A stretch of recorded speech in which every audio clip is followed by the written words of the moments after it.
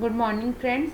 आज मैं आप लोगों को इस लेक्चर में हम सी में किस तरीके से एरे का यूज़ करते हैं, उसे कैसे डिक्लेयर करते हैं, उसे कैसे इनिशियलाइज करते हैं, इसके बारे में बताऊंगी।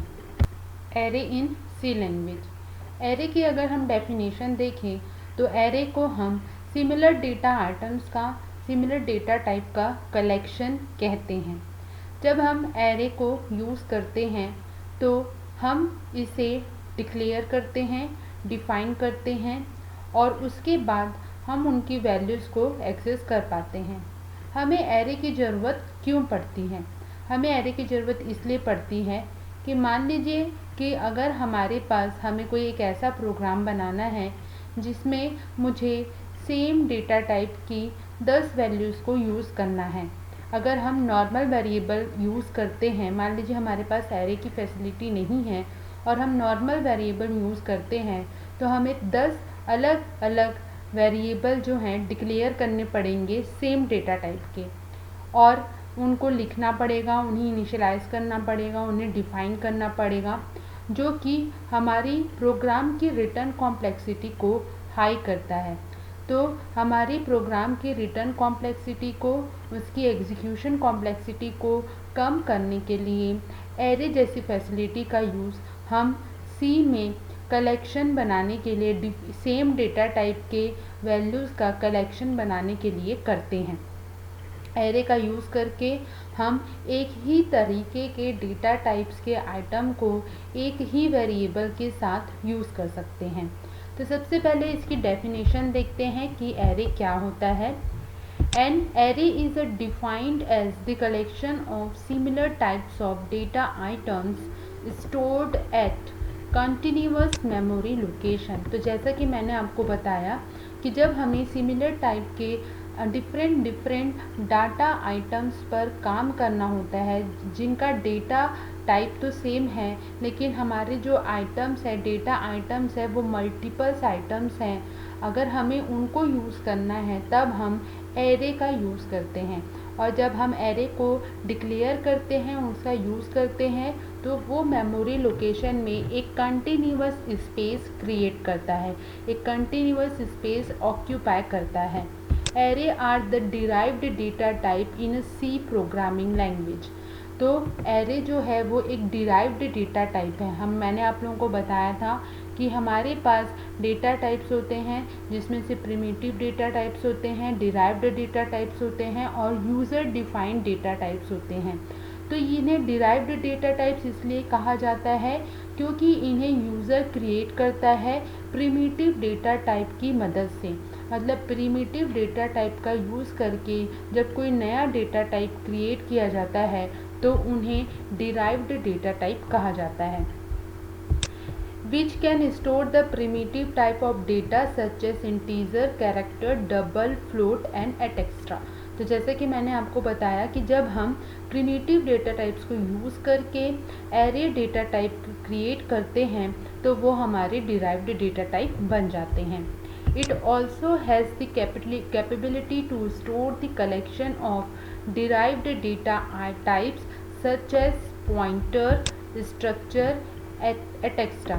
और ये इतना कैपेबल होता है कि ये डिराइव्ड डेटा टाइप्स को भी, इसका भी कलेक्शन बनाने में हमारी मदद करता है। मतलब अगर हमें एरे यूज़ करना है तो हम एरे को सिर्फ प्रिमिटिव डेटा टाइप का यूज़ करके ही डिराइव्ड नहीं कर सकते। डिराइव्ड डेटा टाइप जैसे कि पॉइंटर्स हैं, स्ट्रक्चर हैं, इनको भी हम एरे बनाकर एज अ एरे वेरिएबल बनाकर यूज़ कर सकते हैं और इनका पॉइंटर का और स्ट्रक्चर का कलेक्शन क्रिएट कर सकते हैं। और अगर जब हम सेम डेटा टाइप का कलेक्शन करते हैं तो वो क्या बन जाता है? Array. The array is the simplest data structure where each data element can be randomly accessed by its index number। तो हमारा जो एरे है वो एक सिंपल फॉर्म में डाटा स्ट्रक्चर होता है जिसका यूज़ हम अपने डाटा को स्टोर करने के लिए करते हैं कंटिन्यूअस मेमोरी लोकेशन में, और जब हम एरे को यूज़ करते हैं तो हम उनसे रैंडमली डाटास को एक्सेस कर सकते हैं। इसलिए कर पाते हैं क्योंकि जब हम एरे को इनिशियलाइज करते हैं, एरे का यूज़ करते हैं, तो एरे के इन डेटा टाइप्स को इंडेक्स नंबर के फॉर्म में हम एक्सेस करते हैं। इसका ये मतलब है कि जब हम एरे को इनिशियलाइज करते हैं तो जैसा कि मैंने आपको बताया वो एक कंटिन्यूअस मेमोरी लोकेशन ऑक्यूपाई करता है। तो उस कंटिन्यूअस मेमोरी लोकेशन को एक नंबर प्रोवाइड किया जाता है, एक काउंटिंग, एक इंडेक्स वैल्यू दी जाती है जिसको हम इंडेक्स नंबर कहते हैं। उनकी इंडेक्सिंग की जाती है, मतलब मेमोरी एड्रेस को की इंडेक्सिंग की जाती है। और ये इसलिए की जाती है ताकि हम कंटिन्यूअस मैनर में डेटा एलिमेंट्स हमारे जो हैं वो कंटिन्यूअस मैनर में स्टोर कर सकें। और हम इन्हीं इंडेक्स नंबर के ही थ्रू एरे के जितने भी एलिमेंट है, जो जितने टाइप का, जितने डायमेंशन का या जितने साइज़ का, क्योंकि हम एरे को नंबर ऑफ डेटा आइटम्स को स्टोर करने के लिए बना रहे हैं, तो हमारे जो डेटा आइटम हैं वो 10 हो सकते हैं, 50 हो सकते हैं या 100 भी हो सकते हैं। क्योंकि एरे का यूज़ हम इसीलिए ही कर रहे हैं ताकि हम एक जैसे डेटा टाइप के डिफरेंट एलिमेंट्स को एक ही वेरिएबल के थ्रू एक्सेस कर सकें, जो कि नॉर्मल वेरिएबल के साथ करना प्रॉब्लमेटिक है और जिससे हमारी कॉम्प्लेक्सिटी, प्रोग्राम कॉम्प्लेक्सिटी जो है वो हाई होती है। इसलिए जब हम मल्टीपल्स डेटा आइटम्स को स्टोर करते हैं तो उन्हें मेमोरी लोकेशन में इंडेक्स नंबर दिया जाता है जिनके थ्रू हम उन्हें एक्सेस कर पाते हैं। अब देखते हैं कि एरे की क्या क्या प्रॉपर्टीज़ हैं।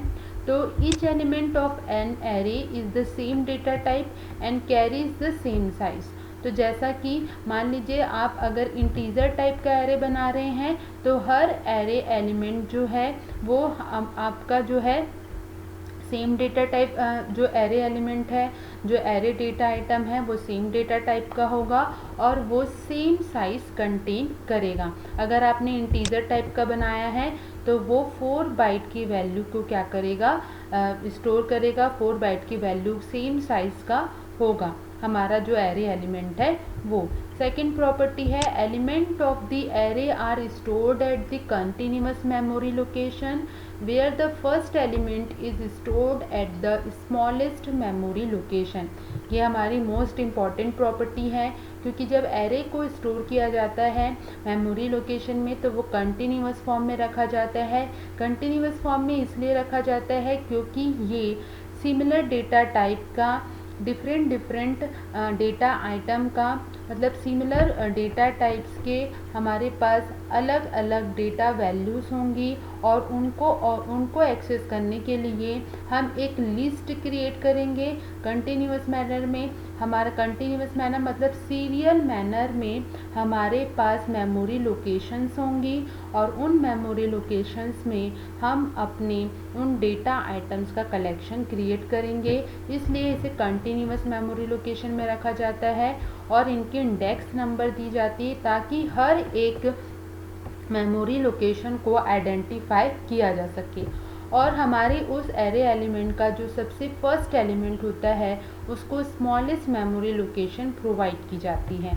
नेक्स्ट है element of the array can be randomly accessed since we can calculate the address of each element of the array with the given base address and the size of the data element। तो जैसा कि मैंने आपको बताया कि हम जब array को स्टोर करते हैं तो वो कंटिन्यूअस मेमोरी लोकेशन में रखा जाता है और हमारे पास उन मेमोरी लोकेशन का इंडेक्स नंबर होता है जिसके थ्रू हम उन्हें रैंडमली एक्सेस कर सकते हैं, जिससे हम अपने एरे के हर एक एलिमेंट का एड्रेस एक्सेस कर पाते हैं और उसको कैलकुलेट कर पाते हैं और जो उसका बेस एड्रेस है उसे भी हम फाइंड आउट कर पाते हैं और उस बेस एड्रेस के थ्रू ही हम अपने डेटा एलिमेंट का साइज़ जो है वो एक्सेस कर पाते हैं। सबसे बड़ी बात ये है कि हमको सी में एरे यूज़ करने से या एरे डेटा टाइप को यूज़ करने से क्या फैसिलिटीज़ या क्या एडवांटेजेस होते हैं। तो जैसा कि मैंने आपको बताया कि जो एरे है वो हमारे पास सेम टाइप के डेटा आइटम्स को का कलेक्शन क्रिएट करने में मदद करता है, हमें सेम टाइप के डेटा एलिमेंट्स की लिस्ट बनाने में मदद करता है, कलेक्शन बनाने में मदद करता है। तो इससे क्या क्या एडवांटेजेस हमको प्रोग्रामिंग स्किल को डेवलप करने में, हमारी प्रोग्रामिंग स्किल को इन्हेंस करने के लिए मिलती है। और सबसे इम्पॉर्टेंट बात यह है कि सी जो है वो एक यूज़र डिफाइंड डेटा टाइप है, डिराइव्ड डेटा टाइप है। यूज़र डिफाइंड डेटा टाइप इसलिए है कि कितने नंबर ऑफ एलिमेंट्स उसमें होंगे, मतलब हमारे एरे का जो साइज़ है वो कितना होगा, डायमेंशन है वो कितना होगा, ये यूज़र पर डिपेंड करता है। और हमारा एरे किस डेटा टाइप का होगा, किस डेटा टाइप के वैल्यूज़ का कलेक्शन क्रिएट करेगा, ये भी यूज़र पर डिपेंड करता है। तो सबसे पहला एडवांटेज है कोड ऑप्टिमाइजेशन। तो जैसा कि मैंने कहा कि अगर मान लीजिए मुझे 10 स्टूडेंट के रिकॉर्ड्स को रखना है सेम डेटा टाइप में, और हमारे पास अगर एरे नहीं है तो हमें इंडिविजुअली 10 स्टूडेंट के सेम डेटा टाइप के लिए 10 बार वेरिएबल डिक्लेयर करने होंगे। लेकिन जब अगर हम एरे का यूज़ करते हैं तो हम एक ही वेरिएबल के थ्रू 10 स्टूडेंट का रिकॉर्ड एक ही वेरिएबल के साथ एक्सेस कर सकते हैं, और हमारा रिकॉर्ड जो है वो सिमिलर डेटा टाइप का होगा, लेकिन जो हमारा रिकॉर्ड है, जो डेटा एलिमेंट की वैल्यू है वो डिफरेंट होगी। जिससे हमारा क्या होता है, कोड ऑप्टिमाइजेशन होता है। मतलब हमारे पास रिटर्न कॉम्प्लेक्सिटी हमारी जो होती है कोड लिखने की वो कम हो जाती है। Less code to access the data, जिससे हमें ईजी होता है डाटा को एक्सेस करने में। सेकेंड है easy of traversing, by using the for loop we can retrieve the element of the array easily. तो जब हम एरे के डेटास को एक्सेस करेंगे तो उसके लिए हमें फॉर लूप यूज़ करना है, और फॉर लूप का यूज़ करके हम हर एक इंडेक्स नंबर को एक्सेस करके उन एरे के डेटा एलिमेंट्स को आसानी से रिट्राइव कर सकते हैं। और लूप का ही यूज़ क्यों करते हैं, क्योंकि अगर हमें एक ही काम को बार बार करना होता है, रिपीट करना होता है, तो हम लूप स्टेटमेंट का यूज़ करते हैं। और यहाँ पर हमें मेमोरी एड्रेस को पढ़ना है, एरे के मेमोरी एड्रेस को पढ़ना है, और वो भी उतने टाइम पढ़ना है जितने टाइम तक हमारा डेटा एलिमेंट्स पूरी तरीके से रीड ना हो जाए। तो ये हमारा रिपीटेटेड वर्क है, तो इसके लिए हम यहाँ पर लूप का यूज़ करते हैं। थर्ड वन है easy of sorting. To sort the element of the array we need a few line of a code only. अगर हमें मान लीजिए शॉर्टिंग परफॉर्म करना है अपने डाटाज पर, तो वो सबसे अच्छी शॉर्टिंग एरे एलिमेंट के थ्रू हम परफॉर्म कर सकते हैं। क्योंकि हमें जब एरे के थ्रू शॉर्टिंग परफॉर्म करनी होती है तो हमारा जो लाइन ऑफ कोड होता है वो बहुत ही लेस लाइन में, बहुत ही लेस कोड के थ्रू हम शॉर्टिंग को हम परफॉर्म कर पाते हैं, शॉर्टिंग मेथडोलॉजी का यूज़ कर पाते हैं। फोर्थ वन है random access. We can access any element randomly using the array. तो हम एरे का यूज़ करके उनके डेटा एलिमेंट को बाय रैंडमली मैनर से एक्सेस कर सकते हैं। इसका एक डिसएडवांटेज भी है। तो हमारे पास डिसएडवांटेज है हमारे फिक्स्ड साइज़ का, क्योंकि अगर हमने एक बार एरे एलिमेंट को डिक्लेयर कर दिया तो उसके बाद हम उस एरे एलिमेंट की साइज़ को चेंज नहीं कर पाते हैं। Whatever size we define at the time of the declaration of array, we can't exceed the limit. एक बार डिक्लेयर करने के बाद हम एक्सेस करते समय, मतलब एरे एलिमेंट को एक्सेस करते समय उसके लिमिट को हम एक्सीड नहीं कर सकते हैं। हमने जितने डेटा एलिमेंट का एरे डिक्लेयर किया है हमको उसी के अकॉर्डिंगली जो है अपना जो कोड है, इंस्ट्रक्शन जो है वह हमें के अकॉर्डिंगली ही हमें अपना इंस्ट्रक्शन लिखना होगा। तो ये हमारा एक बड़ा डिसएडवांटेज है कि जब हम साइज़ को डिक्लेयर कर देते हैं तो हम उसे चेंज नहीं कर सकते। अब हम देखते हैं कि किस तरीके से सी में एरे को डिक्लेयर करते हैं। तो एरे डिक्लेरेशन करने के लिए हमें चाहिए, सबसे पहले हमें वो डेटा टाइप लिखना है जिस टाइप का हम एरे बनाना चाहते हैं। देन उसके बाद हमारा एरे का नाम होगा, हम अपने उस एरे वेरिएबल के लिए क्या वेरिएबल को क्या नाम देना चाहते हैं। देन उसके बाद आपको स्क्वायर ब्रैकेट का यूज़ करके अपने एरे एलिमेंट का साइज़ अपने एरे वेरिएबल का साइज़ देना होगा। इसे देने के लिए हम स्क्वायर ब्रैकेट का यूज़ करते हैं। इसे हम इसका डायमेंशन या साइज़ कहते हैं। डायमेंशन इसलिए कहते हैं कि ये कितनी रेंज तक एलिमेंट्स को रखेगा, कितनी मतलब हमारे इन एरे वेरिएबल में, इस एरे वेरिएबल को जब हम डिक्लेयर कर रहे हैं तो हम उसकी टोटल साइज़ को हम यहाँ पर देते हैं। हम ये बताते हैं कि हमारी इस एरे वेरिएबल में कितने डेटा एलिमेंट्स मौजूद होंगे, और इन्हें देने के लिए हम स्क्वायर ब्रैकेट्स का यूज़ करते हैं जो कि उनकी रेंज को डिफाइन करते हैं।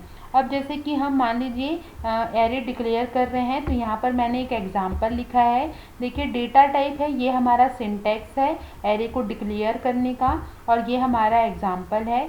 देखिए यहाँ पर डेटा टाइप की जगह पे मैंने इंटीजर लिखा है। देन एरे के नाम की जगह पे मैंने मार्क्स लिखा है, मतलब मेरे एरे वेरिएबल का नाम है मार्क्स। और एरे साइज़ की जगह मैंने 5 लिखा है। इट मीन्स मेरा जो डेटा एलिमेंट है वो 5 होगा, मतलब मेरा जो एरे एलिमेंट है जब इसमें हम डेटा इंसर्ट करेंगे तो हम 5 डेटा इंसर्ट कर सकते हैं। इनकी इंडेक्सिंग की जाएगी। ये जब डिक्लेयर होते हैं तभी इनका मेमोरी लोकेशन क्रिएट कर दिया जाता है। कंटिन्यूअस मेमोरी लोकेशन में इन्हें स्टोर किया जाता है। Here int is the data type, marks are the array name and 5 is the array size, जो कि एरे साइज एरे डायमेंशन बता रहा है कि इसमें कितने नंबर ऑफ डेटास का कलेक्शन हम करेंगे। अब हम एरे को किस तरीके से वैल्यू देंगे, तो हम एरे को 2 तरीके से वैल्यू दे सकते हैं। एक होता है डायरेक्ट इनिशियलाइजेशन के थ्रू, मतलब असाइनमेंट ऑपरेटर का यूज़ करके, और एक होता है लूप का यूज़ करके एरे वेरिएबल को वैल्यू इनिशियलाइज करना। तो मैं यहाँ पर आप लोगों को डायरेक्ट असाइनमेंट ऑपरेटर के थ्रू किस तरीके से हम अपने एरे वेरिएबल को इनिशियलाइज करेंगे, उन्हें वैल्यू देंगे, मैं आप लोगों को वो बता रही हूँ। The simplest way to initialize an array by using the index of each element. We can initialize each element of the array by using the index. Consider the following example. तो हम यहाँ पर जब अपने एरे एलिमेंट्स को, जो हमारा array है, यहाँ पर देखिए हमारा एरे है इंटीजर मार्क्स, जब हम इनकी वैल्यूज़ को इनिशियलाइज कर रहे हैं, क्योंकि अभी हमने सिर्फ डिक्लेयर किया है, हमें 5 वैल्यू इस मार्क्स वेरिएबल में, जो कि एक एरे वेरिएबल है, उसमें स्टोर करना है। तो जैसा कि मैंने आपको बताया, जब ये कंटिन्यूअस मेमोरी लोकेशन ऑक्यूपाई करते हैं तो एक लिस्ट बनती है, एक सीरियली लिस्ट बनती है, जिसमें हर एक मेमोरी लोकेशन के लिए 5 मेमोरी लोकेशन ऑक्यूपाई होगी कंटिन्यूअस फॉर्म में, और उन 5 मेमोरी लोकेशन को, हर एक मेमोरी लोकेशन को इंडेक्स नंबर दिया जाएगा। तो जब हमारा मेमोरी इनिशियलाइजेशन, जब हमारे एरे का इनिशियलाइजेशन होगा तो कुछ इस तरीके से होगा।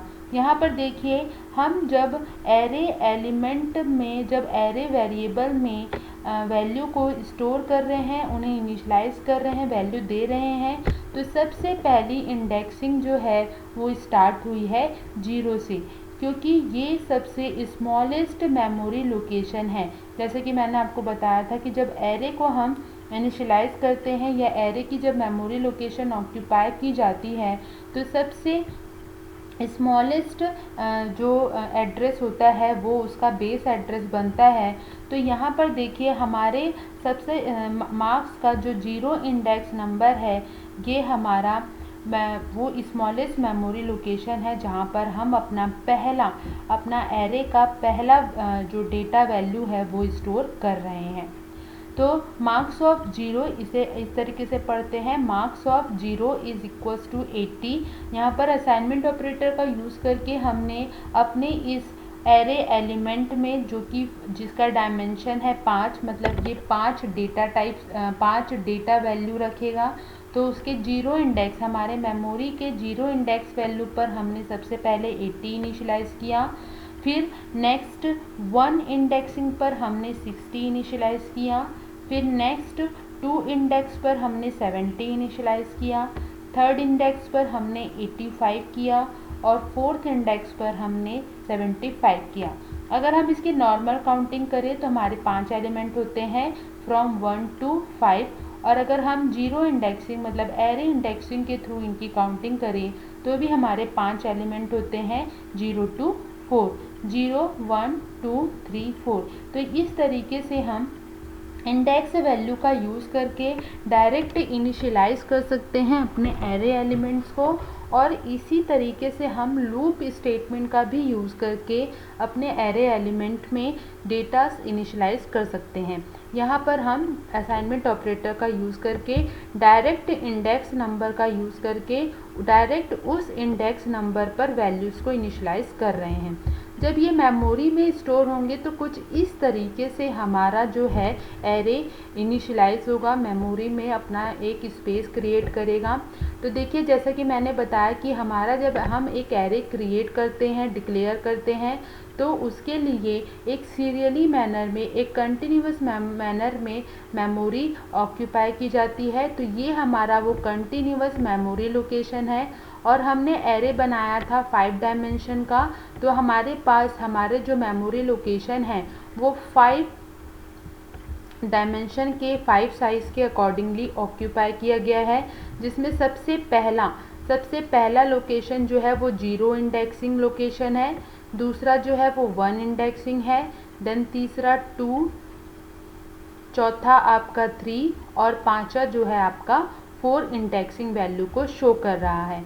और हमने जब इसमें वैल्यू इनिशियलाइज़ की है तो 0 इंडेक्सिंग में हमने 80 दी है, तो उस मेमोरी लोकेशन पर आपका जो भी मार्क्स वैल्यू है वो हमने यहाँ पर आके यहाँ पर स्टोर की है। उसी तरीके से 1 के लिए, 2 के लिए, 3 के लिए और 4 के लिए उसकी वैल्यूज़ को यहाँ पर अरेंज किया गया है। तो ये हमारा एक कंटिन्यूअस मेमोरी लोकेशन है, जिससे हमें एरे को एक्सेस करने में ज़्यादा आसानी होती है, क्योंकि एक के बाद एक हमें डेटा एलिमेंट्स मिलते हैं, और हम चाहें तो इन्हें 0 to 4 इंडेक्सिंग के साथ भी यूज़ कर सकते हैं, और चाहे तो हम रैंडमली भी किसी भी इंडेक्स नंबर का यूज़ करके हम अपने डेटा एलिमेंट्स को एक्सेस कर सकते हैं। क्योंकि हमें इंडेक्स नंबर, हम डायरेक्ट इंडेक्स नंबर के थ्रू भी डेटा एलिमेंट्स को एक्सेस कर सकते हैं, या हम लोवेस्ट इंडेक्स नंबर से हाईएस्ट इंडेक्स नंबर तक भी जाकर ट्रैवर्स करते हुए डेटास को रिट्राइव कर सकते हैं। तो इस तरीके से हमारा एरे का जो है मेमोरी लोकेशन हमारे मेमोरी में ऑक्यूपाई होता है, हमारे मेमोरी में कंटिन्यूअस मैनर में डेटास को स्टोर किया जाता है।